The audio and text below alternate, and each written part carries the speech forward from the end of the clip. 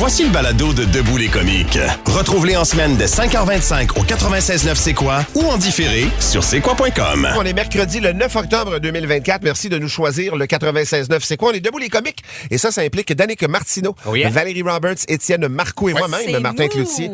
C'est nous, d'appelons. Vous êtes de bonne humeur, boys and girls? Ouais. Danick, pas aller mieux. Danick, tu vas très bien. T'es beau comme tout à part de ça ce matin. Habillé pour aller à la messe. Le visage souriant aussi d'un fan du Canadien là, qui retrouve sa passion, son cœur, sa famille, son amour. Ben oui, t'es déjà allé 2 fois au Centre Bell. Ben oui. Ouais, mais là, c'est le vrai début. Ça commence. J'ai l'impression de coucher avec mon ex un peu. Là. Les matchs pré-saison, ça compte pas. Là. Ça compte pas. J'ai l'impression de coucher avec mon ex, ça compte pas. Ben oui, ça compte pas. Ça compte pas. C'est les nouveaux règlements. C'est intéressant ta perception. Ça sonnait infidèle comme comparatif. Un peu, ouais. Merci de nous choisir. C'est comme ça presque toute la matinée avec Debout les comiques. Donc, on va commencer ça en musique. Dans un instant, on va jaser bière. On va jaser bière sans alcool. Oh. Parce qu'il y a une nouvelle ce matin qui me sidère un peu quand même. C'est en augmentation, mais pas à peu près. Est-ce que je suis le seul à pas avoir vu venir ça? L'augmentation de la consommation de bière sans alcool. Est-ce qu'on est encore pogné avec les bières, les sous-produits d'il y a une trentaine d'années ou au contraire, ça se raffine? Il y a du stock. Il y a du stock sans alcool maintenant. Hein? On aurait voulu vous lancer la question avant de parler du sujet. C'est quoi votre bière sans alcool préférée? Parce que pour vrai, moi, je suis un profane, je connais pas ça. Le souvenir que j'en ai, c'était comme une bière de 1,5 à l'époque. Je veux pas nommer de compagnie, là, mais ça faisait pas la job, tu comprends? C'était comme une punition que tu buvais pour te faire croire que t'étais dans le party parce que t'étais le chauffeur désigné ce soir-là. C'était correct, là, tu sais, pour les amateurs de... J'ai jamais trippé tant sur le goût de la bière. Je cherchais l'effet, on va se le dire, là. Fait que moi, boire 1,5, j'aime autant boire une liqueur tant qu'à ça. Sauf qu'aujourd'hui, on n'est plus dans ce monde-là. Étienne, tu commentais. Je parle de ça parce qu'en page 30 du Journal de Montréal ce matin, on note une explosion des ventes de bières sans alcool. C'est depuis 2019 une augmentation de 300 si bien que ça prend 15 des parts de marché de la bière en général. C'est de la bière sans alcool. J'aurais jamais pensé que c'était autant. Je trouve que c'est beaucoup. 15 des ventes, c'est quand même du stock. Et c'est en augmentation constante. Oui, puis c'est un marché qui s'est développé. L'année passée, quand j'ai fait le mois sans alcool, on m'en a envoyé de microbrasseries québécoises. Et honnêtement, on était loin des fameuses Budweiser sans alcool, Heineken, qui goûtent vraiment pas bon. Ou même la .5 qui avait une trace d'alcool très, très, très légère. Mais là, ça goûte beaucoup le sucre dans ce temps-là. Mais tu vois, moi, chez nous, on ne boit pas la semaine. Puis mon chum, il boit de la bière tous les soirs, mais de la bière sans alcool. Pour vrai? Mais est-ce qu'il est fidèle à une marque ou il en essaye plein? Il en essaye plein, il s'amuse. Il y a tellement de microbrasseries, il y a tellement de propositions. Il change tout le temps. Puis il stanne pas, là. Il boit, jamais. Il prend sa bière. Non, mais tu vois, c'est fascinant, Martin, parce que il y a la SAQ qui, en septembre dernier, disait encore une fois, pour le premier trimestre de l'année, baisse des ventes en volume, légère baisse des ventes aussi, des revenus. Mais année après année, la SAQ, les ventes reculent, les ventes diminuent. Ils constatent que les gens boivent moins. Absolument, mais je pense que les jeunes boivent de moins en moins. Puis tu me le diras, tu as un ado à la maison, toi aussi, mais moi... Ça a pas l'air d'être une curiosité tant que ça. Quand j'avais 14 ans, mon seul et unique souhait, c'est de me torcher pour la première fois. Oui. Ma belle-fille, tout l'alcool est dans la maison, elle a accès à tout, elle pourrait nous en parler. Quand elle nous en t'es parle... ouverte à ce qu'elle t'en parle, parce que c'est la vie. Ben oui, il n'y a pas de stress. Mais quand elle nous en parle, il y a une fois, elle a bu un shooter. Ben moi, Zach, c'est la même affaire. Zéro party, rien pantoute. Moi, j'avais peur, en fait, en disant, je vais lui faire goûter s'il aime ça, je vais y créer un problème. Tu comprends? Naïvement, là, je pense bien qu'on est capable de se parler. Sauf que, pour vrai, aux fêtes, l'année dernière, il a bu une gorgée de bière, puis il a bu un shooter pour une première fois. Puis écoute, il en a pas reparlé, là. Mais notre approche avec la santé est différente. Exactement. Je pense qu'on a la façon qu'on aborde ce qu'on ingère, que ce soit en liquide ou en nourriture. On dirait les jeunes sont plus éduqués qu'on l'était, nous autres, maintenant. Prendre juste une bière reste... Tu sais, juste une bière, c'est un peu niaiseux dans la mesure où tu prends plein de calories, tu prends de l'alcool, tu te crapes un peu le lendemain. C'est vrai. Moi aussi, la semaine, je vais faire attention parce qu'on paye le prix quand on se lève à 3 h du matin. Mais sur la messagerie, il y a Jean-François Saumur qui dit le choix de sans alcool chez Tite Frette est wow. Des bières, tu sais, chez Maxi à 6,99 ou 7,99, la caisse de 12. Tu sais, économiquement, c'est un bon choix aussi. Continuez de nous texter. On va faire une courte pause. On vous lira. Textez-nous vos bières sans alcool. Moi, je suis soufflé à matin. Je pensais pas qu'il y en avait autant. Et il y a même des entrepreneurs qui se spécialisaient là-dedans. La bière Bocal à Drummondville, une brasserie. Et eux autres, ils songent à fermer tellement que les grands brasseurs ont dit hey, on laisse pense pas aller ce marché-là. Molson et autres ont décidé d'emboîter le pas. On s'en jase. Vous buvez quoi, vous autres? Peut-être qu'on devrait boire ça vendredi pour nos vendredis cocktails, une bière sans alcool. Moi, je suis prête à goûter, là, pour vrai. Ben oui. S'il y en a de la Moi, je peux pas en boire parce que je suis intolérante au gluten. Je vais boire de la grosse vodka dans votre face. Yeah. C'est gluten. Il n'y a aucune bière sans gluten, malheureusement. Non. Un gluten bar est sans gluten, mais avec alcool. Ah. OK. Mais tu boiras ça, toi? Ah ouais? Ben oui, pour être dans la... Tu seras conducteur pas désigné. Je ferai comme toi l'autre matin, moi, je boirai en cachette.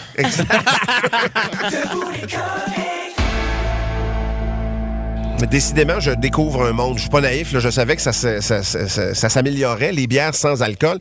Les hypothèses, en fait, les options de bières sans alcool, mais je pensais pas à ce point-là. À point tel que, je vous l'ai dit tantôt, c'est 15% des ventes totales de bières maintenant. Et c'est en hausse constante, 300% depuis les 5 dernières années. Pendant que la bière traditionnelle, elle, suit le chemin inverse. Ouais. C'est une baisse de consommation. On mesure ça à 10% présentement. Et on a jumelé ça à une hausse des prix de ces bières-là traditionnelles de 20%. Pour essayer de minimiser la chute. Mais je pense qu'éventuellement, et on se parlait hors d'onde de qu'est-ce qui fait qu'on a émis quelques hypothèses en ondes. Qu'est-ce qui fait que les jeunes prennent moins d'alcool? Oui, on dit que la génération Z, qui est composée des jeunes qui sont nés la fin des années 90 jusqu'à 2010, boit d'années 20% moins que la génération précédente, absolument. Ouais. Et les raisons pour lesquelles on dit qu'ils cessent de boire, qu'ils le disent, eux autres, quand on leur pose la question, c'est une université australienne qui a fait un rapport. Inflation, donc le prix, bien évidemment. Le mode de vie plus sain. Ouais. C'est-à-dire qu'un peu mieux comme manger, mieux se nourrir, mieux ce qu'on ingère. Et la consommation de marijuana qui est à prix plus abordable. Fait qu'on va chercher un buzz lorsque c'est légalisé. Exactement. Entre une bouteille d'alcool puis un joint, ça va me coûter moins cher pour le joint, genre le même buzz pour toute la soirée. Et Donald, un fidèle, nous écrivait aussi le permis avec zéro pourcentage d'alcool, sans alcool jusqu'à 21 ans. Et en fait, jusqu'à 22 ans, tu n'as pas le droit d'avoir ton taux d'alcoolémie, c'est 0. Ça, c'est probablement un incitatif important. Il y a un jeune, c'est exactement ce qu'il nous texte, il ne s'est pas nommé, mais il a dit, moi, j'ai 19 ans, je bois plus depuis des mois. De 1, je conduis. Fait que si je veux rentrer chez nous, je peux pas boire. Puis de 2, ça coûte trop cher, ça vaut plus la peine. Exact. Wow. À 30$ une caisse de bière, un jeune capable de boire ça fait des soirées chérantes. Puis ça, c'est si tu sors pas d'un bar. Mais non, ça, c'est plus que ça. Là. J'ai le feeling aussi que plus il y en a d'offres, plus c'est facile de pas boire. Tu sais, Alex, sur la messagerie texte, dit-moi, d'offres de bière sans alcool, tu veux dire? Même plus que ça, Martin. Alex a dit, mon chum est somme depuis 3 ans bientôt, il y a 25 ans maintenant. Il cherche sans arrêt des rhums sans alcool, des gins sans alcool. Des mocktails, et il y en a full sur le marché. Fait que même sans être des mocktails, t'as vraiment des produits non alcoolisés qui goûtent le rhum avec lesquels tu peux faire tes mix. Fait que c'est pareil, tu sais. Mais tu sais, moi, je vais être quand même honnête, ces statistiques-là me surprennent quand même ce matin, là, dans le sens où, en théorie, je suis dans la tranche d'âge qui consomme moins. C'est vrai. Et je suis pas nécessairement d'accord. Tu baisses pas la moyenne. Dans le sens mais ça se peut que tu sois pas, tu sais, il y a 80% qui boivent comme avant. Non, là. exact. Puis si je rouvre mes horizons, surtout, c'est que, oui, il y a peut-être moins de consommation d'alcool qu'avant, mais je trouve qu'il y a beaucoup de consommation d'autres affaires. Là. Oui, c'est la MDMA des festivals. J'ai jamais autant entendu parler de microdoses de moche de ma vie que dans les dernières années. C'est vrai. Fait que je pense que le monde se réoriente vers d'autres trucs qui coûtent peut-être moins cher, puis qui, tu sais, mais je pense que la consommation est encore présente. Mais s'il y a moins d'alcool, je pense que des jeunes, ça commence moins tôt, en fait, peut-être. Et sinon, Benoît Simard, il corrige une caisse de 24 de Molson, c'est 46,8. C'est pas 30$. Fait que, effectivement, c'est cher. Une caisse de 12, 30. Puis c'est pas dans une caisse de 12, c'est 30. Ouais. Puis là, t'es pas dans un bar, effectivement. Hey, c'est fascinant quand même. Je pense que vendredi, on devrait goûter à ça. Moi, en tout cas, je suis willing pour notre vendredi cocktail de goûter à une bière sans alcool. Donc, continuez de nous texter laquelle on devrait texter. Et il y a même la Helix pour Valérie qui serait une bière sans gluten. T'en as vu quelques-unes, là, par oui, absolument. La Helix, je suis allée voir sur Internet. J'ai trouvé un endroit dans mon secteur où je vais pouvoir aller l'acheter. Fait que je vais pouvoir vous accompagner, les boys, sauf que moi, elle va être alcoolisée. Tu ta facture parce que Helix, il se donne ces temps-ci. 96.9, c'est quoi? Je me sens pas si vieux, mais là, on est face à un problème. M&M va être un grand-papa. C'est vrai. Je vais juste leur dire pour assimiler. Là. M&M va être un grand-père. C'est que ça, là... C'est pas supposé. Non. Moi, je souhaite du mal à personne, mais me semble que ça serait mieux qu'il soit mort. Ah oui! Ah non, mais je veux pas qu'il meure, là. Mais je pense pas qu'il faut qu'il vive non plus. Quoi? Non! Ah non, non, non! Qu'est-ce Tu dis, faut que ça reste de même. Oui, il faut figer les choses, là. Attention, ça fait presque 2 ans que M&M peut avoir sa carte de la FADOC. Ben voyons. Oui, si tu croises M&M aux Jean Coutu, il y a un rabais. Puis dites-moi pas qu'il va pas aux Jean Coutu, M&M. Quand le papier de toilette est en spécial, rapper ou pas, tu vas aux Jean Coutu? Ouais. Bon point. Il est pas con, Slim Shady, là. Il saute ses rabais. Il va être grand-papa. Non, mais ça veut dire que quand M&M pose la question « My name is what? », c'est vrai qu'il s'en souvient plus. Selon mes calculs, on pourrait croiser M&M qui conduit un Spider à Détroit. Il y a 51 ans. Ça veut dire que M&M s'ennuie de l'époque des alleuses. Puis il commente les looks de Penelope McQuaid du Facebook, là. En prenant un café au centre d'achat. C'est ça qu'il fait M&M en ce moment. Là. On vieillit. Quand j'étais jeune, le plus mâle, c'était Arnold Schwarzenegger. Il a 77 ans. Ouais. Et l'avez-vous vu? 77, Arnold! Ah ouais. Il se teint les cheveux au burn. Au burn! Oui, Arnold Schwarzenegger est une vieille madame. Le Terminator a probablement un avis tranché sur les toilettes mixtes, là. C'est sûr. Arnold, il a les jambes lisses parce que le poil pousse plus. C'est ça, là. Conan le barbare pour avoir le Zona. C'était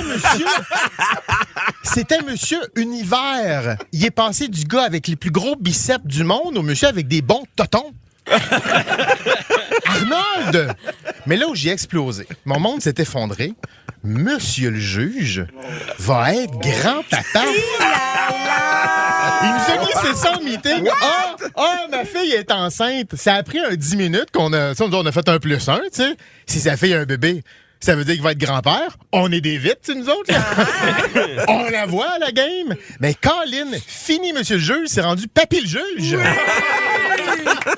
Sa perruque blanche de juge, c'est pas une perruque. Bon, là, vous allez me dire qu'il a eu ses enfants très, très jeunes. Si je me fie à ses lunettes, il savait pas qu'il s'était pas protégé. Pauvre gars. Il nappe. Il voit pas. Ben ouais. Petite taupe, les yeux tout croche, là. Il voit rien. Les prédateurs peuvent le manger. Il va être grand-papa. Ils sont vieux, là. Mais ils ont tous l'air plus jeunes que moi. M&M, monsieur le juge Arnold. Ça fait chier, ça. Ça m'a fait réfléchir. Je pense qu'avec les filles, on est vraiment plus indulgent avec l'âge. Hein, Val? Quoi? Salma que tu veux dire Hayek, par là? 58 ans, pas de trouble. Sharon Stone, 66, une bombe. Valérie Robert, 47, no problemo. Mon Dieu, mais j'ai pas 47. C'est là qu'on voit qu'il y a un double... Étienne, j'ai pas 47. C'est là qu'on voit qu'il y a un double standard. Étienne, j'ai pas 47. Les filles ont un passe-droit. Puis les gars, on a de la misère à accepter de les voir vieillir. En Val? Voyons, dans quel monde tu vis? Il va falloir que la société change. Hein, Valérie? Que les femmes acceptent nos rides, Valérie. Nos changements physiques, Val. Nos cheveux au burn, Valérie. On peut pas être Danick Martineau toute la vie. Non, Valérie? Mesdames, arrivez en 2024. Et tabarnouche! M&M, Arnold, monsieur le juge, les boys, soyez fiers d'être grand-père. Fan de C'est quoi? Le balado du retour des canettes t'attend sur c'est quoi.com ou sur toutes les plateformes de balado. 96.9, C'est quoi?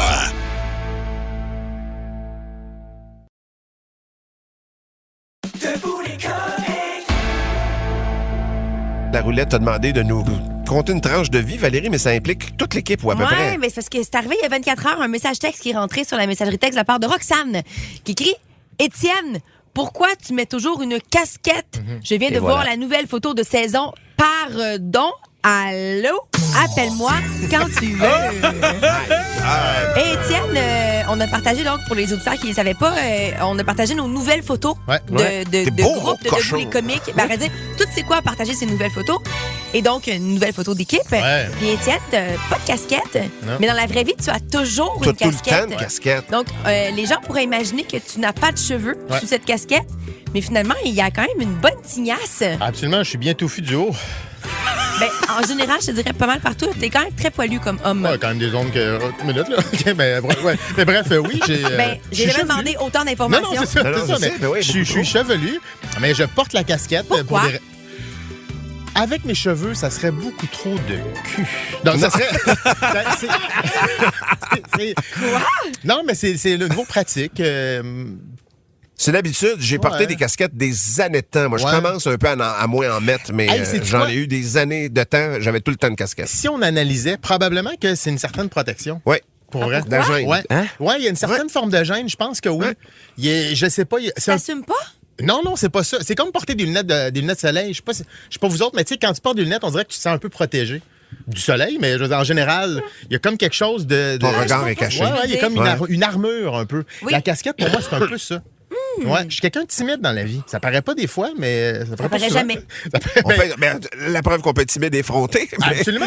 Je suis un petit fucker, mais quand même. Mais ça fait toujours cet effet-là, effectivement, quand t'as pas de casquette. C'est pas la première fois qu'on te voit sur des photos plus officielles, mettons. Ouais. Et ça provoque ces réactions-là, pour vrai. Ouais, c'est ça. Même sur le Instagram, on a eu des messages de gens qui disent « Wow, Étienne, sans casquette. » Même moi, j'ai commenté ta photo sur Facebook et sans vouloir brag, je suis la personne avec le plus de likes dans les commentaires. Il y a beaucoup de gens qui sont d'accord avec moi. J'ai dit, live, je suis assis en train de dîner. Je viens de voir la photo et laisse-moi te dire, ça a fait toc-toc en dessous de la table. 11 likes, Étienne. Non. De gens qui sont d'accord avec moi. Même Joanie Duquette, qu'on va voir tantôt à 9h. Ouais. Tout ce temps, il y avait des cheveux autour de cette casquette-là. Elle met bonhomme sourire avec des étoiles, mais ça pourrait très bien être des cœurs. Ah, mais Joanie, elle capote sur moi. Vous allez l'apprendre. Elle ramène Kim le dévoile. Elle tripe dessus, Elle tripe super gros sur moi. Ouais. Peut-être trop, je vous dirais. Je suis allé voir les ressources humaines. Je suis un peu tanné. Et plusieurs personnes sur ta page Facebook, mais aussi sur notre messagerie texte, dit que tu as un petit regard cochon. Ah ouais? Danny écrit « Et Titi est pas mal chaud, puis je suis même pas au gars. » Regardez, je vais vous dire, cette casquette-là, ça fait en sorte que je suis pas un steak. Ah, voilà. Parce que sinon, je deviens une vulgaire pièce de viande pour les gens. Un bon steak? Moyen. Jambon. Un steak de jambon. Alexandra Sabot a dit, on salue Madame Mélodie. Non, mais Madame Mélodie, elle le sait. Ben oui, elle le sait, mais elle est la seule à pouvoir toucher. Mais les gens regardent. Nathalie écrit « Casquette, pas casquette, Étienne, il est chaud tout le temps. » Mais voyons. Vraiment. Étienne, je vais être même honnête. Je regarde ta photo en ce moment sur Facebook. Ouais. T'as quel âge? 42. Ça me fait chier qu'à 42, t'as une meilleure ligne de cheveux que moi. Ouais. Merci, Danick. T'as du poil en masse, en général, hein? Ça me fait un peu chier. Mais toi, tu continues à grandir? Un petit peu. T'es en pleine puberté. C'est ça. Ça vient d'arriver. Ouais. Tu penses que ça s'en vient ou? Parce que oui. Non, mais merci. Je le prends. Non, mais voilà, c'est une bonne affaire de régler. Ben, merci beaucoup cette minute tout à fait malaisante de trop. Un sexe magnet sans casquette. Je pense que oui. Hey, on dirait que j'ai ma zone pour demain. Je vais parler de mon magnétisme. Pourquoi tu ris, toi? Parce que nous, on a l'impression que tu te caches derrière les petites blagues, mais je pense que t'es très mal à l'aise. Ça se peut quoi? Ce matin, il y a un sujet qui m'interpelle dans l'actualité. En fait, c'est un adolescent de 17 ans qui a été arrêté avec deux autres jeunes hommes de 19 et 20 ans. Puis l'adolescent de 17 ans, c'est lui qui m'interpelle là-dedans. Ils ont été arrêtés après avoir tiré des coups de feu sur un bâtiment qui est réputé appartenir à ce propriétaire d'immeuble qui vient de brûler dans le Vieux-Montréal. On en a parlé aux nouvelles avec Stéphane il y a pas longtemps. Et l'adolescent en question, 17 ans, il est même vieux. Dans l'actualité récente, on a beaucoup de ces jeunes-là qui sont recrutés par des gangs de rue ou par des gangs criminalisés. Là, je veux pas les cibler un plus que l'autre, mais c'est un procédé qui a l'air d'être installé et qui vise une communauté aussi précise, la communauté maghrébine. Il y a beaucoup le jeune homme de 14 ans qui a été battu, torturé et tué et incendié dans une auto à Québec il y a 2 semaines. On a retrouvé son corps. On l'a appris quelques jours après que c'est un jeune de 14 ans. Ouais. J'entendais un reportage avec Philippe Quentin cette nuit en m'en venant ici à la station. C'est un policier, Stéphane Wall, un enquêteur enquêteur qui œuvre auprès des gangs criminalisés. Et lui a dit 2-3 affaires qui m'ont sidéré. Premièrement, les jeunes sont ciblés parce qu'ils sont en dessous du radar de la criminalité, de la grande criminalité, dans le sens où ils ont des peines s'ils se font prendre à convoyer une auto volée. C'est moins pire pour un jeune en bas de 17 ans qu'en haut de 18 ans, mettons. C'est moins pire dans des deals de drogue. Donc, ils deviennent des mules. Ils ont l'appât du gain facile. Et les gangs criminalisés, en plus, ça m'a jeté à terre, utilisent le système qui est là, la DPJ, entre autres, pour que les jeunes se désolidarisent de leurs parents. Okay. Autrement dit, ils disent, si tes parents t'empêchent de sortir à soir, fais juste dire à tes parents que tu vas les dénoncer à la DPJ, puis que tu vas les dénoncer, que tu es séquestré par eux autres, puis tu vois, la DPJ va se mettre dans le dossier, puis tu vas sortir quand tu veux. Tu comprends? Oh, ouais. Ils utilisent le système comme ça pour les faire, donc, quitter le giron familial pour tomber sous leur joug à eux, avec de l'argent facile et avec donc une distance qu'ils mettent entre les parents et la communauté. Puis les parents sont démunis face à ça. J'avoue que moi, j'ai aucune idée de ce que je ferais si Zach décidait demain matin de me poursuivre. Moi, j'ai déjà un avocat dans mon entourage qui m'a dit « Hey, tu peux jamais empêcher un fou de te poursuivre. Tu peux jamais empêcher un fou d'entreprendre une démarche judiciaire vis-à-vis toi. » Puis j'ai l'impression que ces parents-là sont là-dedans quand la DPJ est instrumentalisée par le crime organisé à travers leurs enfants. Et ça me fait capoter. Puis tu disais, Valérie, que Daniel Renaud, ce matin, qui est un spécialiste du crime organisé, et va un peu dans ce sens-là aussi dans la presse. Oui, écoute, juste le titre de l'article, là, c'est écrit « Violence de gang, avons-nous perdu le contrôle? » Ben, je pense que oui, moi. Mais je pense que oui aussi. Puis c'est ce que nous explique Daniel Renaud. Vous irez le lire dans la presse. Là. Mais tu sais, il commence en expliquant, février 2021, il y a eu Myriam Boundaoui, 15 ans, qui a été tué par une balle perdue. 9 mois plus tard, Thomas Trudel, 16 ans, meurt lui aussi par arme à feu. Après ça, il dit, il y a quelques semaines, l'adolescent de 14 ans. C'est fou. Mais il a péri en tentant de provoquer un incendie ou de tirer avec un AK-47 sur le local des Hells Angels en Beauce.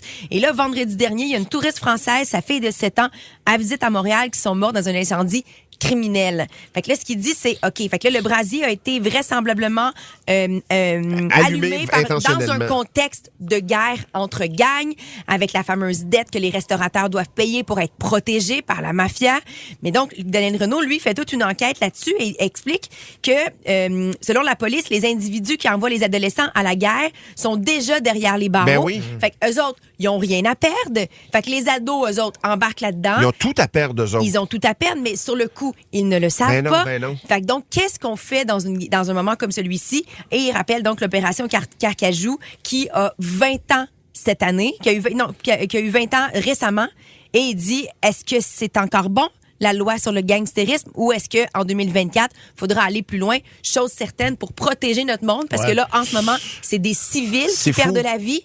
Il faut faire quelque chose. Ils sont embrigadés, puis enrégimentés, puis au-delà de leur connaissance. C'est vraiment intéressant. Merci Valérie de ce complément d'information. Mais c'est vraiment inquiétant. Il va falloir qu'on adresse ce problème-là. J'aime pas ce mot-là, mais qu'on fasse face à ce problème-là, puis qu'on le prenne par les cornes, le taureau, parce qu'on passera pas à travers, là, sérieusement. C'est des choses très graves, puis c'est une génération de criminels qui grandit devant nos yeux, puis qu'on n'a pas de pogne là-dessus. Je trouve ça ahurissant.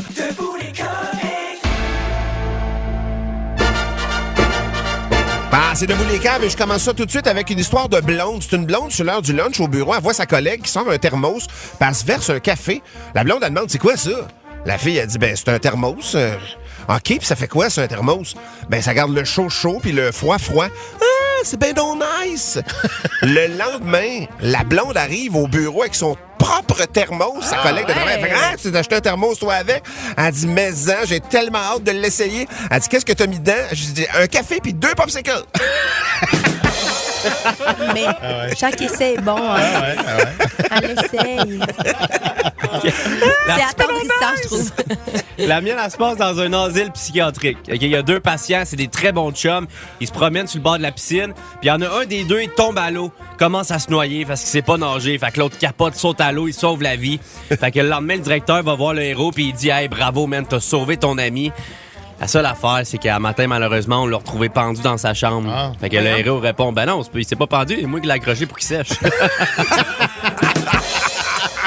Je vous raconte l'histoire d'une femme, tu sais, elle cherche à rencontrer l'âme sœur. Fait qu'elle s'inscrit sur un site de rencontre, puis elle inscrit dans son profil « Recherche un homme beau, grand, fort, romantique et indépendant. » Fait qu'elle finit par avoir un match avec un homme, puis elle décide qu'elle l'invite chez elle parce qu'elle va pouvoir faire connaissance avec lui. L'homme arrive, il sonne. La femme a à peine le temps d'ouvrir la porte que l'homme déchire son chandail. Il monte ses muscles, puis il dit, puis... Est-ce que je suis assez fort? Fait que là, il la prend, il la porte dans sa chambre, il la caresse, il l'embrasse partout, puis il dit, puis, est-ce que je suis assez romantique? Mais finalement, il se retourne, il commence à se masturber, puis il dit, puis, est-ce que je suis assez indépendant?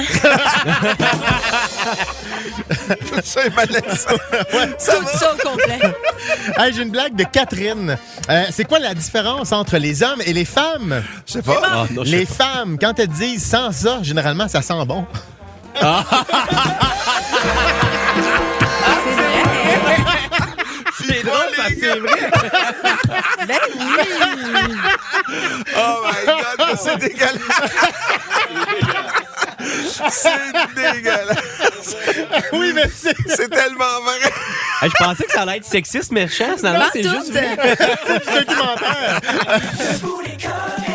96.9, c'est quoi? Pour 96.9, c'est quoi? Dans 3 secondes, on va jaser d'autorité parentale, mais Ouais. pas comme Étienne. Là. C'est Oh, toi non, qui vas non, nous parler non, de ça, non, non, Valérie. non. Je vous parle d'un gars qui s'appelle Vince. Si vous le cherchez sur TikTok, c'est Vince, petite barre en bas, Nyla. Parce que Nyla, c'est sa fille. Vince, c'est un père monoparental. Et donc, il explique qu'il a fait une vidéo, puis ça partage vraiment Internet. Puis là, après ça, plusieurs sites l'ont repris. Et sa fille a manqué l'école. Elle a foxé l'école, à vrai dire. Fuck, c'est. Oui, absolument. Elle a foxé son cours de maths. Je connais pas ça, ce terme-là. Moi, c'est un terme Est-ce que de tu connais pas l'OFE? L'école buissonnaire. Elle Ne pas aller a à fait ton l'école cours. buissonnière.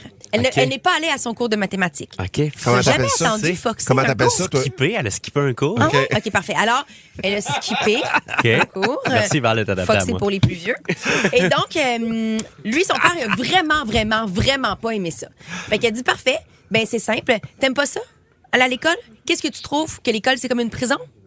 OK. Laisse-moi montrer c'est quoi une prison. Alors, il l'a modifié. Oh my God! Il a pris sa chambre. Ouais. Il a 100% vidé sa chambre. Ouais. Et quand elle est entrée dans celle-ci, il a tout filmé ça. Tout ce qu'il y avait, c'était un genre de petit matelas pliable, Ouais. des draps pas faits sur le matelas pour qu'elle puisse faire un propre petit lit, un T-shirt, une paire de pantalons, puis ses Crocs roses. That's it. Ah Il a ouais! dit, tu veux pas aller à l'école? Ta chambre, l'école, c'est comme une C'est une prison. prison, moi, te faire vivre la Parfait. prison. Voici c'est quoi la vraie prison. Et il l'a enfermé dans sa chambre avec rien Combien de temps dedans. il l'a laissé là? Est-ce que c'est spécifié? Je vais vous donner l'information tantôt. OK, parfait. OK? Oui, je vais revenir avec ça parce que je veux conclure le sujet. Parce que là, on vous pose la question. Donc, c'est quoi la pire punition que vous avez donnée à vos enfants ou qu'on vous a donné lorsque vous étiez enfant? C'est les enfants qui veulent nous appeler aussi pour stouler leurs parents. Oui. Vous êtes plus que les bienvenus. Mais je pense que dans la catégorie des punitions, il y en a des pas pires. Ouais. Ben, dans quelques instants, je vais vous conter une punition que pas moi j'ai eue et c'est un ami en fait. Ben, je vais le compter tout de suite Ouais, en vas-y, fait. vas-y. Lui, dans le temps, son père le pogne à fumer et Stéphane qui s'appelait et son père le pogne à fumer puis son père le voit puis il fait comme puis il a genre 11 ans, il fait comme OK, tu veux fumer? Tu vas fumer. Et son père l'a assis, puis il est allé acheter des cigares, mais des cigares de mauvaise qualité au dépanneur. Puis là, genre, il en avait 5, et il a fumé les 5 cigares, un en arrière de l'autre, en respirant toutes les puffs. Il n'a jamais refumé de sa vie. Ça l'a dompté. Ah oui. Il s'est Un haut étouffé. cœur. Mais oui, c'était dégueulasse. Ouais. Regarde, fais pas ça. Puis ça l'a dompté, mais à la dure. On parle de quelque chose il y a une quarantaine d'années. C'est pas la première fois que j'entends ça, Mais Martin. non, Charles-Antoine Desgranges, un humoriste de 31 ans, pas si vieux, ses parents, à 11-12 ans, l'avaient obligé à fumer. Puis lui, il voulait même pas essayer. Ses parents voulaient juste lui créer un blocage. Je savais qu'à 11 ans, il aimerait pas ça. Il était allé chez sa grand-mère faire un arrêt là. Il l'avait assis dans le salon, puis il avait dit, tiens, fume, Charles-Antoine. Ouais, voyons voyons. donc. Il avait fumé, il avait détesté, il a jamais refumé. C'est clair que ça te donne pour la vie. C'est quoi la pire punition que vous avez reçue? Toi, Danick, tu vas nous en confier une dans un instant. Ouais, puis je suis pas fier parce que malheureusement, c'est moi qui l'ai donné, la punition. Dans le temps que j'étais animateur de camp de jour, j'ai donné une punition qu'on pourrait dire interminable. Ben voyons! Vous êtes nombreux à réagir sur la messagerie texte, à nous partager vos pires punitions. On va commencer au téléphone avec Émilie de Béarn qui est là. Salut Émilie. Bonsoir, bonjour. Bonjour, tu nous parles du Témiscamingue, toi, là? Exactement. Ben voyons donc, toi. Là, toi, c'est ta fille de 13 ans. Qu'est-ce que tu as fait avec elle la semaine passée? Je lui ai changé son iPhone contre un flip. Il lui ai donné une radio avec les lecteurs CD dedans. Oh mon Dieu. Puis elle a aimé ça? Pas du tout, non. Elle avait honte. Du flip, toi, parce qu'elle écoutait pas, puis à un moment donné, t'as dit pour la discipliner, là, je vais lui donner une conséquence qui se peut, là, tu sais. Exactement. Pourquoi pas à cet âge-là, tout est possible. C'est une très bonne punition. Le téléphone flip, pour vrai, je pense que ça y enlève 90 % de sa vie. Merci, Émilie, d'avoir pris du temps pour nous et salut tout le monde du Témiscamingue. Il n'y a pas de problème. Merci beaucoup. Salut, merci infiniment.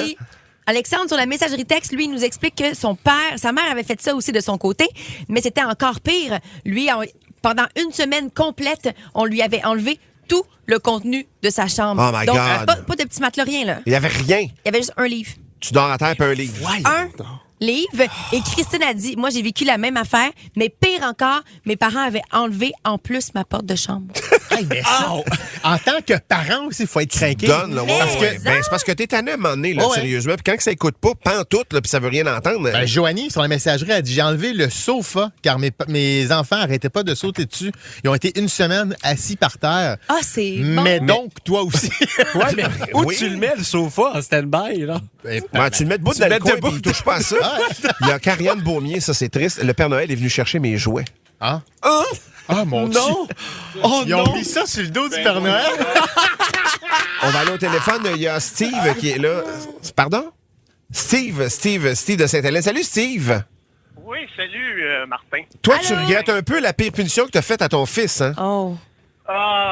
Oui, parce qu'il y avait, on est en 5e année, à peu près, lui est en 5e année, je sais pas quel âge qu'on a, cet âge-là d'une dizaine d'années. Ouais. Là, aujourd'hui, il est rendu à 28, 29 ans. C'était pas reconnu dans le temps, là, le terme, je me souviens pas c'est quoi. Il avait de la misère à lire, il mélangeait les... La dyslexie, mettant de la dysphasie, de la dyslexie. C'est ça. Il faisait les deux. Mais c'était pas reconnu, on savait pas c'était quoi. Puis il voulait jamais faire ses devoirs, puis c'était toujours une chicane. Attaché après la chaise pour qu'il reste assis. Des douches d'eau froide. Hey, on l'a même mis à la bobette, le pitché dans le banc de neige dehors. Oui, je le sais. Mais il s'en rappelle encore, puis à toutes les fois qu'on en parle, on s'en excuse tellement que tu sais le problème. Ben, c'est clair, il n'est pas plus capable d'appeler banc de neige, là. Non, c'est ça. Mon Dieu Seigneur, quel... Hey, merci tellement d'avoir pris du temps pour nous, Steve. Hey, mais merci pour ta franchise, Steve. Ben oui, t'es pas obligé de faire ça. Effectivement, Steve. Puis des fois, on n'est pas patient tout à fait, là. Mais non, ça arrive. Sébastien de Saint-Hyacinthe, il dit, moi, plus jeune, je sacrais beaucoup et mon père me disait toujours, arrête de sacrer, je vais te faire laver la bouche avec du savon. Il l'a fait. Ouais. Oh J'ai continué à sacrer et mon père m'a effectivement fait croquer dans une barre de savon. Il dit, cette journée-là, j'ai appris que, 1, le savon, ça goûte très mauvais et 2, ça n'empêche pas les gens de sacrer. Alors, moi, c'est quand j'étais moi-même animateur de Camp Joe, je m'en veux encore aujourd'hui, là, mais 8 h le matin, le petit Antoine, il est gossant, fait que je décide de le renvoyer du groupe. Je dis là, tu t'en vas t'asseoir sur le bord de la clôture, tu réfléchis, mais on est te rechercher tantôt. Je te rappelle, il est 8 h. Là, moi, il faut que je prenne mes présences 3 fois par jour, le matin, le midi puis le soir. Fait qu'arrive l'heure du dîner. Oh mon Dieu, c'est atroce. 4 heures. Là, moi, j'arrive, puis je prends les présences. Antoine, là, Antoine répond pas. Là, moi, je me fâche. Je suis comme, voyons! Là, c'est quoi? Là, Antoine, il est où, là, lui, aujourd'hui? Puis là, les jeunes me disent, ben, Timbits, il est sur le bord de la clôture, tu l'as envoyé en punition. Et là, moi, je me sens mal. Et j'ai décidé de jouer la carte de, ben oui, c'est moi qui ai tenu mon bout. Oh mon Dieu! J'étais allé voir Antoine, puis j'y ai dit, ça fait-tu assez longtemps que t'es sur le bord de la clôture? T'es ridicule! T'as-tu compris ce que Timbits veut dire, là? Je le déteste. C'est pas pour rien qu'il a gagné Big Brother, ce petit crosseur. Petit Crossers. Merci tout le monde de vos nombreuses réactions sur la messagerie texte. C'est quelque chose à punir un enfant. Mon Dieu que c'est tough. On voulait vous en reparler. J'ai vu beaucoup de gens s'informer sur la messagerie. Je trouvais ça mignon parce que je vous ai parlé. J'ai été visiter ma première maison. Oui, je vous ai parlé de ça hier. Ouais, potentiel premier acheteur avec ma copine. Mais comme on n'est pas pressé, on attendait que... C'est que ma copine est courtière immobilière. Fait qu'automatiquement... Elle en voit plein. Elle en voit plein, ça l'énerve pas. Elle en visite. Puis là, elle était tombée sur quelque chose qui était dans nos prix puis qui l'intéressait. Fait qu'on est allé voir ça. Oui, puis ça va vite parce que vendredi, la semaine dernière, je me rappelle avoir eu la conversation avec toi où tu disais « Hey, moi, je sais pas trop, ça m'angoisse, ces affaires-là de maison. Ouais, tout. ça te stresse. Je veux prendre mon temps. Puis la première affaire qu'on sait, Ça va visiter une maison. Ah, moi, mon discours change aux demi-heures. Ouais. Ça dépend dans quelle émotion tu me parles. Mais là, Nathalie Couture, t'as trippé. Nathalie Couture, c'est un messagerie. Elle fait « Ouais, elle couche, faut que je débarque. » Non, on avait vraiment aimé ça, puis on a décidé qu'on allait faire une offre. Ouais. Et, vous avez fait une offre avec un délai court à part de exact. ça. Là. Ça fallait que ça réponde hier matin. Là. Un délai court. Eux, ils étaient pas pressés, par contre, parce que eux, ils se sont fait construire. Fait qu'ils sont pas pressés de partir. C'est pour genre dans 180 jours, de quoi de genre. Mais on a fait une offre et la maison était pas si chère et il y a 3 autres personnes qui ont fait des offres. Donc là, on a su ça. Et donc, on avait l'option de garder notre offre au prix qu'on l'avait offert ou de monter un peu. On a monté un peu en se disant peut-être qu'on va les quelques mille de plus va nous donner la maison. Et finalement, roulement de tambour. Je suis encore locataire d'un appartement. Ça s'est pas fait. Ça n'a pas marché. Malheureusement, ils ont pris une autre offre, puis j'ai su à travers les branches qu'à ce qui paraît, ça serait quelqu'un qui aurait offert de payer la maison cash. OK. Hein? Je sais pas qui paye une maison cash autre que la mafia. Là. Ouais, je sais pas, j'ai aucune idée, mais je sais pas c'est quoi l'avantage du propriétaire de se faire payer une maison. Exact, moi non plus, j'ai pas trop compris. Au final, je sais pas que ce soit la mafia, je lui ai envoyé une lettre d'excuse pour mon offre insolente. Mais non, mais pour vrai, on a fait... Regarde, on était déçus un peu, c'est ça qu'on se l'aurait souhaité, mais on n'est pas pressé, on a le temps de se revirer. Puis, moi, on aurait dit que je suis pas trop un gars de destin dans la vie, mais pour ces trucs-là... Ça va t'arriver, tu vas voir. Hein? Ben oui. On aurait dit que j'ai envie d'y croire. J'ai envie de me donner une petite tape dans le dos, de me dire, regarde, c'était pas celle-là. Si c'était pas celle-là, c'est qu'il va en avoir une plus belle. C'est pas vrai, ça fait juste chier, c'est tout. Non, mais moi, je suis l'exemple de ça, Danick. Pour vrai, ce que tu dis là, moi, pour vrai, là, ma maison, à un moment donné, j'ai décidé, OK, je m'achète une maison. J'appelle un agent d'immeuble. Il m'envoie une recherche le vendredi matin. Écoute, le lundi, je la visitais. Elle était même pas dans ma recherche. Il y avait juste le jardin que je voyais. J'ai dit, c'est quoi cette maison-là? À l'Assomption. Ah ouais? Je suis allé visiter. Je suis passé en fin de semaine. Donc, le vendredi. Du vendredi au jeudi d'après, elle était achetée. Ça s'est réglé en 5 jours. Incroyable. Vraiment. C'était comme un coup de foudre de maison. Je te le souhaite, ça, parce que c'est ça que je cherche. Parce que tu rentres dans cette maison-là et tu as l'impression d'être désiré par la maison. C'est weird, là, mais moi aussi, ça ressemble à ça. Moi, avec ma blonde, on s'était dit, on veut acheter quelque chose. Puis dans les critères que ma blonde faisait, ça faisait que le rayon de recherche rétrécissait en tabarouette. J'étais là, il va falloir ouvrir le jeu à un moment donné, tu sais. Et finalement, on prend une marche pas loin de où on voulait aller et ils ont ouvert un nouveau développement à cet endroit-là. Fait qu'on s'est fait construire. Je vous jure, là, c'est ce que tu voulais. Ce qu'on voulait. Puis écoute, c'était comme 12 maisons de développement. Là. Puis on a réussi à avoir un terrain puis à se faire. Mais le timing exact. A été le destin s'en mêle. Oui, vraiment. Ben, bonne chance. Moi, j'étais en plein milieu du plateau Mont-Royal. J'ai fait démolir une maison, j'ai fait reconstruire. Ça a été ben trop cher. Je suggère ça à personne. Ah ouais? Il n'y avait pas de destin là-dedans. Non, il n'y a aucun destin. Là, mais aujourd'hui, tu es heureuse à Montréal. Mais comment ça s'est passé pour vous autres? Si vous avez une belle histoire pour encourager Danick, gênez pas pour la partager sur la messagerie texte. Danick qui est un petit peu nerveux d'acheter sa première maison, mais ça va bien aller, mon beau Danick. Gênez pas pour le faire tout de suite, donc 96.9, 96.9. Puis même au téléphone, 790, c'est quoi? 790-2564. 96.9, c'est quoi? On parle d'acheter une maison, comment vous avez été chanceux. Vous êtes plusieurs à inspirer Danick sur la messagerie texte. C'est fou, vraiment. Il y a plein de gens dans ta situation. La première maison, je pense que c'est stressant. Là. Je pense que ton premier achat, c'est une grosse démarche, Danick. Mais il y en a plein qui te suggèrent de visiter plusieurs maisons. Ouais. Va en voir des maisons. Allez en voir, toi, puis ta douce, pour vous. Même si tu n'as pas l'intention de faire une offre d'achat nécessairement, des fois, ça va raffiner vos critères. C'est vrai. J'ai peur de m'écœurer. Par contre, moi, je suis quand même un gars qui aime beaucoup avoir possession de son temps. On en regarde beaucoup sur Centris, sur le téléphone. Puis, tu sais, déjà là, on a une bonne idée. Mais je trouve que de se déplacer sur place, puis, tu sais, c'est quand même une grosse implication. Puis, j'ai peur de me tanner. Tu sais, il y a Julie qui nous a texté, elle a dit, on a visité au moins une 30aine de maisons, puis on trouvait pas nécessairement. On a élargi un peu notre rayon de recherche, puis on a trouvé un peu moins cher que notre budget. On a fait une offre, tout a été accepté. On était contents. Mais 30 maisons, c'est impossible pour moi de visiter 30 maisons. Je vais me tanner. L'avantage que tu as, c'est que ta blonde, de par son métier, elle peut les visiter. Ça, les c'est la beauté maisons. de la chose. Ouais. Quand, tu sais, la présélection, c'est ça qui est long dans le fond, règle générale. C'est de visiter tout ça, de faire comme, ah ben non, il n'y a pas assez d'espace de rangement, la cour est pas assez grande. Mais si ta blonde fait tout, au bout du compte, tu vas juste visiter la crème de la crème. Exact. Parce que je veux pas me tanner. Donald Saint-Martin, il écrit, j'ai visité des tonnes de maisons. Ma conjointe adore ça, mais pas moi. Les critères, pour vrai, un garage, un gros garage, ils n'ont pas trouvé finalement, lors d'une balade en voiture, ils ont trouvé quelque chose pas loin d'où ils restaient. Ils ont trouvé la maison, le fit, puis il n'était pas répertorié nulle part. Il est tombé dessus comme ça par hasard, au hasard d'une balade. Il y a Karel qui est au téléphone. Salut Karel. Allô, c'est Karen. Karen, qu'est-ce qui s'est passé avec vous autres, Karen? Dans le fond, moi aussi, cet été, l'été qui vient de passer, on était à la recherche de notre première maison. Puis c'est ça, fait que là, on a été visiter. Puis quand on est arrivé dans cette maison-là, je suis tombée en amour avec. Puis j'ai dit à mon chum, c'est sûr que je la veux. Fait qu'on a fait en sorte de mettre le prix pour. Puis pour le reste du processus, on fait l'inspection. Arrivé la journée de l'inspection, moi, je suis enceinte. J'ai mes contractions. Et mes contractions partent. Là, mon courtier immobilier me regarde et il dit à mon chum, toi, tu vas être papa soit ce soir ou demain. My God. Comme de fait, j'ai accouché le lendemain puis j'étais comme, c'est un signe que comme c'était notre maison, notre fille aussi a décidé que ça allait être celle-là. Wow! Quand même stressant, par exemple, notarié en train de faire ton souffle. Il travaillait vite, là. Il était comme, je me dépêche. Hey, merci, Karen. Puis beaucoup de bonheur à vous autres dans cette maison-là avec ta petite famille. Ah, merci, c'est gentil. Bonne journée. D'ailleurs, Danick, c'est exactement ce qu'on voulait dire. Quoi? Salomé est enceinte. Félicitations! Fais-moi pas peur de même. Ah non, mais tu sais quoi, mais qu'est-ce qui se passe dans cette émission-là? Il y a un grand-papa, il y a toutes sortes d'affaires. Mais ça m'a un peu rassuré parce que en revenant du pickleball cette semaine, je te l'ai dit, Val.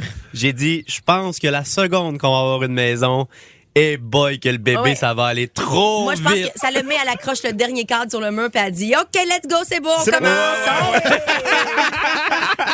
Elle va l'accrocher croche parce que le bébé est en construction à ce moment-là. Aujourd'hui, je vais vous parler de... En fait, hier, j'ai vécu quelque chose, puis j'ai réalisé que dans la vie, des fois, l'humain, en général, on a de la misère à regarder ailleurs. Des fois, on est omnibulé par quelque chose. En fait, dernièrement, j'ai réalisé qu'une affaire que les humains et les animaux ont en commun, c'est la curiosité. Quand il se passe quelque chose d'intense dans notre environnement, on veut tout savoir. Ouais. Que tu sois un chat, un chien ou un Kevin, si quelqu'un crie dans ta ruelle, tout le monde est dans la fenêtre en train de le regarder. Ouais. C'est inévitable. C'est sûr. Et je m'en suis rendu compte cette semaine parce que quand on est arrivé jouer notre première game de pickleball, je suis devenu fan de pickleball par la bande. Puis arrivé chez nous, je me pratiquais dans ma cuisine. Ouais. J'ai publié la vidéo sur Internet. Là, je pense qu'une couple de nos auditeurs l'ont vu. Je me pratiquais dans ma cuisine avec une spatule à donner des coups de pickleball. Et ma spatule m'a pété dans les mains. Ça revolait dans le micro-ondes. Et la première affaire qui est arrivée, ça a fait un gros bruit, un gros vacarme dans la maison. Et mon chat... On le voit arriver dans la vidéo sur l'îlot. Il est venu voir. Il vient voir, ils sont curieux. Et ça m'a fait remarquer, c'est vrai, les animaux sont de même aussi, puis nous aussi, on est de même. Quand il se passe de quoi d'intense, d'anormal dans notre environnement, on est curieux. Puis hier, j'ai eu la preuve que je suis pareil que mon chat parce que j'ai vu une petite fille se péter la gueule dans ma rue, puis j'étais incapable de regarder ailleurs. C'est clair. Incapable de regarder ailleurs. Puis je le sais qu'il faudrait que je la laisse vivre son moment, je la laisse avec sa maman, tu sais, c'est plate les quand t'as mal, quelqu'un qui te regarde, puis... Mais c'est impossible pour moi. Comment ça s'est passé? Okay, à rouler des jumelles? Tu vois, j'y ai pensé, OK? Mais, elle roulait sur sa petite trottinette, puis, mais genre bien loin en avant de sa mère. Puis moi, ça me stresse toujours un enfant qui roule bien loin en avant de son parent. Fait que ça a attiré mon attention. Puis à chaque fois, je me demande, crime, elle va-tu arrêter au stop? Elle va-tu passer tout droit? C'est vrai. Je suis le seul un peu. Mais non, des fois, il y a des enfants, je trouve, qui roulent loin de leurs parents dans la rue. Fait que, moi, ça attire mon attention. Non, c'est ça. Ils sont pas vieux. Je suis pas sûr qu'ils comprennent le principe du stop encore. Puis je comprends pas comment leurs parents sont pas stressés. C'est peut-être moi le problème. Là. J'ai visité une maison, je suis déjà père poule, je sais pas. Ouais. Mais, finalement, j'avais pas raison de m'inquiéter parce que la petite fille, elle s'est arrêtée au stop. Ok, oui. Elle s'est arrêtée en tabarouette. Ah ouais? Hein? Avec sa face. Dans le stop. Oh non! Oh ouais, mon homme, la pine du stop drette dans le milieu du gaz. La pauvre petite fille, bang! Ben oui, moi qui pensais qu'elle avait pas vu le stop, elle l'a pas juste vu, elle l'a assimilé. Ouais. Non, je te jure, mais... c'est converti à la religion de l'arrêt obligatoire. C'est une apôtre du non-mouvement. Voulez-vous que je continue? C'est la Moïse Rocterio de la secte des stallers. Okay? C'est la Wayne Gretzky du freinage, mon homme. Le seul moyen de transport qui fait du 100 à 0 en 0 secondes. Pauvre petite, man. Pour vrai, elle s'est vraiment cognée solide. Elle s'est mise à saigner du nez et à pleurer. Puis moi, comme un épais, j'ai 25 ans, mais je viens de sortir de mon char. J'étais à peu près à 3-4 mètres d'elle. Puis tout ce que je peux faire, c'est la regarder comme un labrador qui attend le go pour manger sa gâterie. Je suis fixé. Là, ça sonne bizarre quand je m'écoute. C'est vraiment bizarre. Je voulais pas manger la petite fille, là, vous comprenez? Mais non, c'est dans le sens, je la fixais fixais, j'étais incapable de regarder ailleurs. Puis, man, je l'ai fixé jusqu'à temps que je rentre chez nous. Puis, rentre chez nous, qu'est-ce que tu penses que j'ai fait? Je regardais dans la fenêtre, puis je continuais à la fixer. C'est fou, je te le dis, c'est impossible que je regarde ailleurs quand il se passe de quoi d'intense. Puis j'ai remarqué, j'ai poussé la réflexion, puis là, je me suis dit que ça soit, tu sais, ça va plus loin que la douleur, que ça soit un gros rire, un cri de douleur ou quelqu'un qui court tout nu, aussitôt qu'il y a de l'intensité. Puis je le sais, je l'ai vécu, moi, quand j'étais allé au camp de jour plus jeune, il y avait un petit gars, il avait enlevé son linge, puis il s'était mis à courir tout nu. Ouais. Puis il s'était sauvé dans le village. Puis on avait été obligé d'aller... C'est pas le petit Antoine que t'avais fait attendre 4 heures. Lui, ça aurait été une bonne façon de se révolter. Non, mais c'était Guillaume. Puis je suis encore marqué de ça aujourd'hui. Puis j'ai la visuelle. Ben oui, on voit Tim Bitt qui court après un petit gars tout nu. On peut pas voir ça. Ça fait peur. Le camp de jour a pris une pause. Là. Ben oui. Tout le monde dans le camp de jour regarde le petit gars qui court tout nu. Et c'est fou à quel point on est curieux. Puis je me demande, c'est-tu juste moi ou ma curiosité va toujours gagner sur la raison? Ben oui. Ben oui, c'est clair. Êtes-vous d'accord avec ce statement-là? Ben c'est sûr. Hey, oui, puis t'es même bon de pas avoir ri. Oui, tellement. Moi, ça, je suis plié en deux. C'est sûr. La pointe. Hey, moi, Kids Getting Hurt sur Instagram. T'as la pointe puis t'as mime. Oui. Attends un peu, quoi? Attends, Kids Getting Hurt sur connais Instagram. pas ça? Ben oui, mais c'est pas ça. Mais non, Hey, changer. je suis désolée, ta journée est ruinée. Appelle tes contrats, tes engagements. On s'en va, Rien qui peut on se s'en va passer. tous en enfer, Kids Getting mais Hurt. c'est drôle en temps, par exemple. Mais on s'en va en enfer. Mais c'est drôle. Je partage mes meilleurs à tous mes amis. Je t'embarque dans le lot. Ben oui. Merci. Sinon, merci, mon cher Danick. Oui, et on salue le push-push de Salomé qu'elle nous a donné gratuitement. Elle nous a fait ça maison à part de ça pendant que Danick écoutait des vidéos courtes sur une autre station. Ceci dit... À go, on l'active. On fait 8 push chaque. 8 push chaque, pas 8 push. Non, on fait pas ça. 2, Ouais, 3, non. 1, 2. Ah non, vous êtes pas drôle. 8. Voilà, c'est parti. Ah, vous êtes pas drôle. Dieu Seigneur. Hey, je le sens pas. Ça goûte, par exemple. Tu sens rien, Je moi. sens rien. T'as vraiment aucun odorat. J'ai pas d'odorat. C'est bien niaiseux. Ah, mais Salomé, il sent bon, mais il sent fort. Hey, là, ça sent beaucoup. Hey, je suis désolé. Ouais, Mon je Dieu, regrette mon vent. idée, finalement. Quelle cave. On peut-tu reculer? On peut pas Ça reculer. sent tellement fort, ça goûte dans ma bouche. Ça, c'est mon impulsivité. Ben oui, c'est quoi ça fait? Puis moi, j'embarque là-dedans, j'ai même pas... J'ai le poids en bas d'un pont, le colon. Moi, je sens rien. Moi, à date, ça n'a rien changé. Il y a quelques années, je te vendrais de la drogue. Ouais. Bon, je te dirais pas tant. Ceci dit, dans un instant, on va avoir un débat comme à chaque matin Hey, ça dans sent Debout bien les trop codes. Hey, ça goûte dans ma bouche. C'est Joe dégueulasse. qui sera pas contente dans 20 minutes. là. Ben oui. Ce qui est plus drôle, c'est que Val est là ce midi en plus. C'est-tu pire que, mettons, ça sentirait le poisson? Ouais. Non. Ah ouais, on reste positif. On reste positif. Donc, Valérie, on a un débat ce matin. Ça va être quoi la mise à feu de ça, là? C'est une grand-mère. Ah, fais pas ça, ça pue. Qui trouve que ses enfants, ses petits-enfants, il y en a une, paraît, qui ne ressemble pas aux autres. Ah. Ils sont une gang dans la famille, puis elle a des cheveux blonds frisés, puis toutes les autres ont les cheveux foncés. Puis elle dit, je trouve que la génétique est bizarre, c'est ce que la grand-mère dit, tu sais. Puis elle dit, j'ai toujours aimé cette fille-là, tu sais, c'est ma préférée. Alors, elle a commandé un test d'ADN Ben non. Ah ouais? pour savoir si les deux parents sont réellement les deux parents. Ah, les parents étaient-ils d'accord ou? Ils savaient pas. Oh là là! Quoi? Elle l'a fait À sans leur l'insu? dire. Ouais. Pour elle-même? Ouais.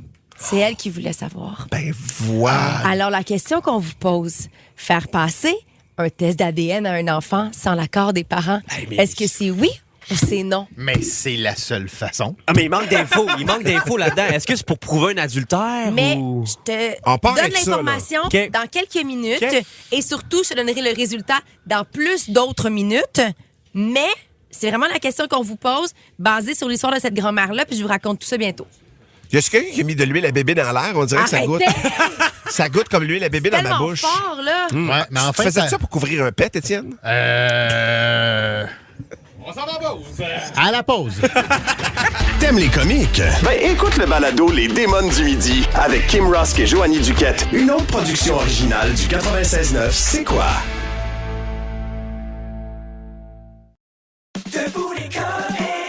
96.9, c'est quoi? On est en plein débat, Valérie, ma chère, parce que t'as mis sur la table le cas d'une grand-maman qui a un doute sur l'appartenance à sa famille d'une de ses petites filles. J'explique tout le contexte, OK? La petite fille s'appelle Lindsay, elle a 15 ans. Puis cette petite fille-là, elle a les cheveux blonds, super frisés. Et dans toute sa famille, elle, c'est l'enfant du milieu. Dans sa famille, dans les trois, tout le monde a les cheveux foncés. Fait qu'elle est la seule avec non seulement une différente couleur de cheveux, mais une différente texture de cheveux. On aurait dit l'histoire de réponse. Oui, genre. Et. C'est un film. Oui. Mais tellement pas. Bon. Ouais. La grand-mère avait souvent entendu sa petite fille lui dire qu'elle se sentait à part dans sa famille, puis qu'elle trouvait que c'était bizarre qu'elle ait des traits aussi différents de ceux des autres. Et la grand-mère a dit, moi, je trouvais que c'était bizarre aussi. Faut que je l'avoue. Puis elle dit, leur fille leur avait demandé à plusieurs reprises, écoute, faut que je sache c'est quoi les détails autour de ma naissance. Je trouve que je suis trop différente. Ses parents ont toujours refusé. Fait que quand Lindsay, 15 ans, est allée voir sa grand-mère pour lui dire ça, sa grand-mère a dit, c'est bon, je vais t'aider. Et elle a commandé un test d'ADN en ligne. Elle a fait faire le test dans le dos des deux parents et finalement, ils ont eu le résultat. Je ne vous dis pas tout de suite c'est quoi le résultat. Je vais vous dire dans quelques minutes, mais la question qu'on se pose dans le débat aujourd'hui, c'est est-ce que oui ou non, faire un test d'ADN dans le dos des parents, c'est acceptable. Dans la mesure où c'est pas intrusif, tu sais, mettons, avec un cheveu, mettons, tu peux faire un test d'ADN ou de la salive, mettons. Il y a quand même une drôle d'intention en arrière, mais en même temps, j'aurais tendance à dire que, hey, pourquoi pas? Pour vrai, ça change rien, pour vrai. Pour l'information qu'elle a, ça dépend de ce que tu veux faire avec l'information, j'ai l'impression. Mais même à ça, je veux dire, c'est la vie, là, on a cette possibilité-là maintenant. Fait que la grand-mère, à part, elle va le faire. As-tu besoin de demander la permission aux parents? Moi, je pense pas. Honnêtement, un cheveu, ça peut traîner partout. Puis c'est pas quelque chose, comme je te dis, à pas prélever du sang sur l'enfant, là. Il y a quelque chose qui a une atteinte au corps de l'enfant, ça irait une coche trop loin pour moi, mais pour vrai, un cheveu, de la salive, ça se peut, là. Moi, je pense que ça se fait pas. Je pense que tu peux pas. Puis même si, mettons, c'est pas ses vrais parents. Ouais. Même si, mettons, tes parents, c'est des parents adoptifs, moi, je pense que ça vient d'une décision du parent. Il y a peut-être une histoire derrière ça qui veulent eux-mêmes expliquer puis pas se faire vendre la mèche avant de pouvoir s'expliquer. Je comprends. Mais mettons que mettons que Danick Martineau, tu es rendu un grand-papa, là. Ouais. Ça veut dire que tu as eu des enfants que tu aimes de tout ton être. Ça veut dire que eux ont eu des enfants que tu adores. C'est comme la chair de ta chair, tu comprends? Cette personne-là, elle vient te voir et elle te demande de l'aide. Mais c'est dans le dos de ses parents. C'est la jeune qui l'a demandé aussi. Il y a ça qui vient mêler l'affaire. Exact. Ça fuse sur la messagerie texte. Je suis curieux de vous lire le texto 96.9 ou le téléphone 790-2564. Elle a 15 ans. Pour moi, c'est la clé du débat. Elle a 15 ans. Elle a le droit de savoir. Pour moi, c'est jusqu'à 11 ans. À partir de 12 ans, les grands-parents peuvent faire leur intervention. Je trouve ça parfaitement correct. Absolument.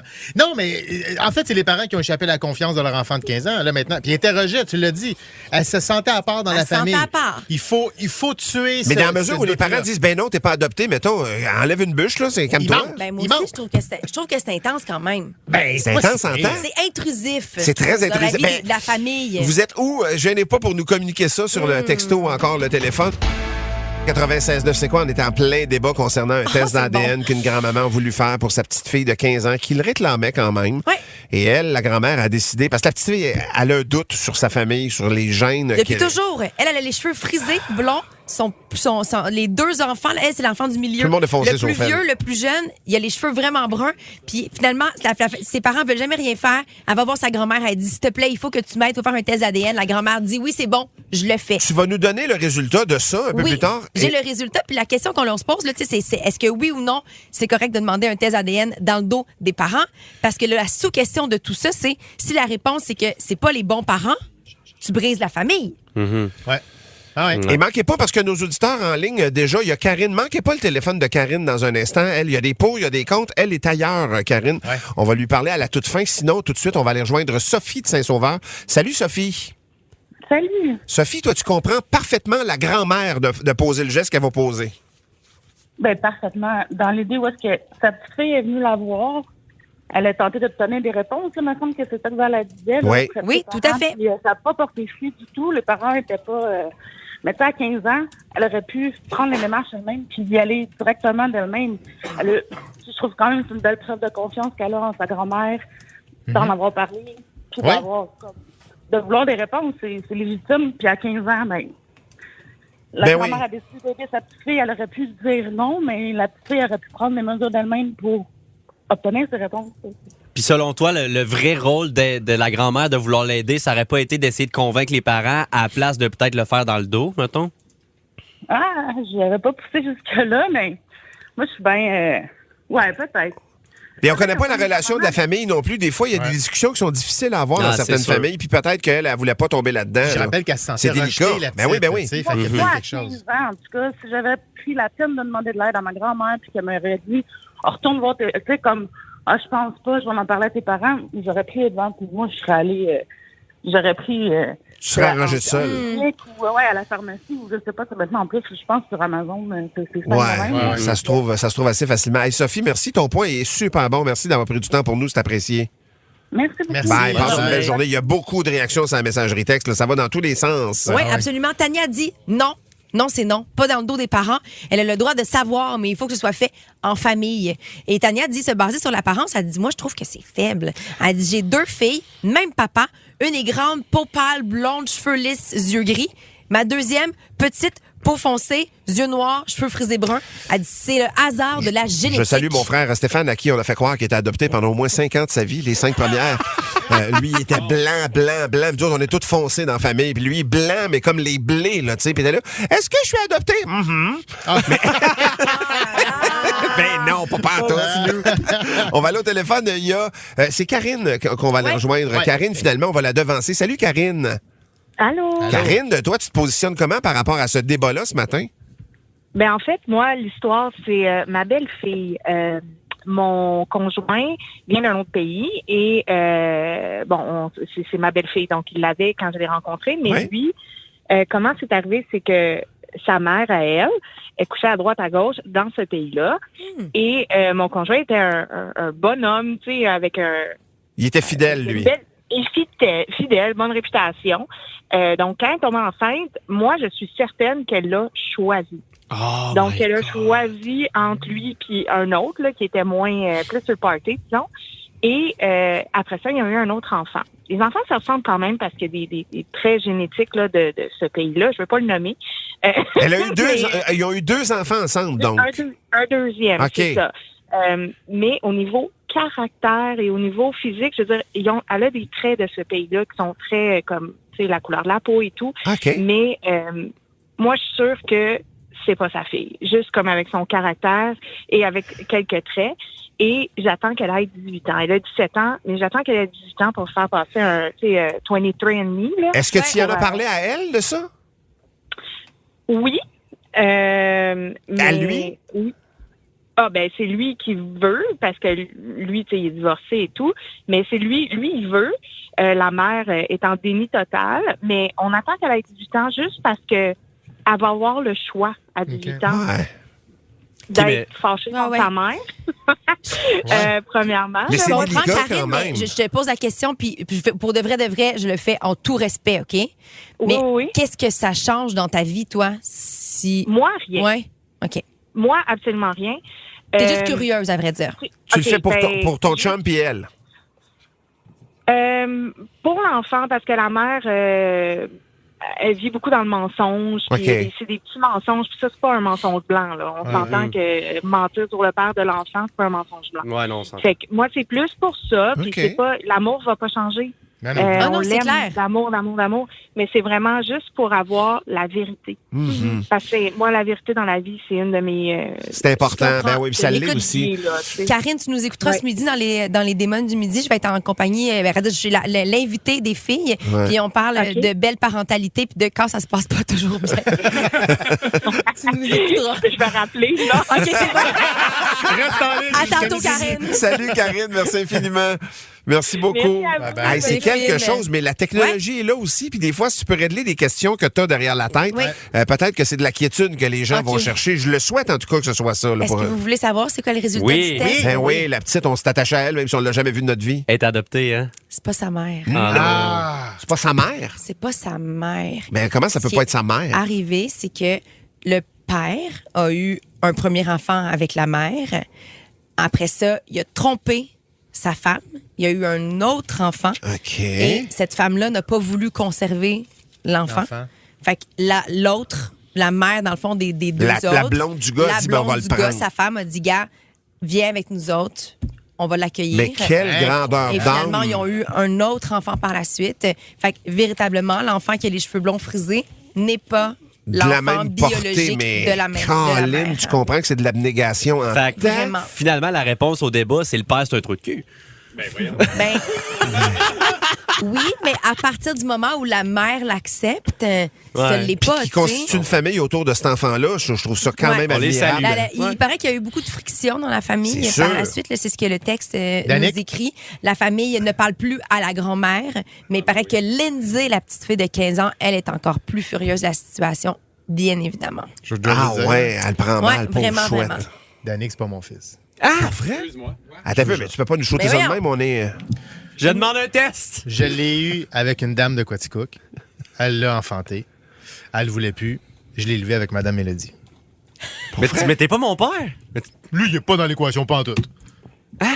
Tu l'as élevé avec Madame Mélodie? Ouais. C'est ça le plus surprenant? Ben Elle le sait, Mélo? Est-ce que Mélo est au courant? Oui, absolument. Ouais. On l'a eu jeune. Ouais, mon âge, tu m'as eu à quel âge? Je t'ai eu à 17 ans. Hey boy! Madame Mélodie avait 7 ans. C'était rough. Ouais. On va aller à la musique. Hey, tout ça, je fais des calculs. Écoute Debout les comiques en semaine dès 5h25 sur c'est quoi.com ou sur l'application Cogeco Média.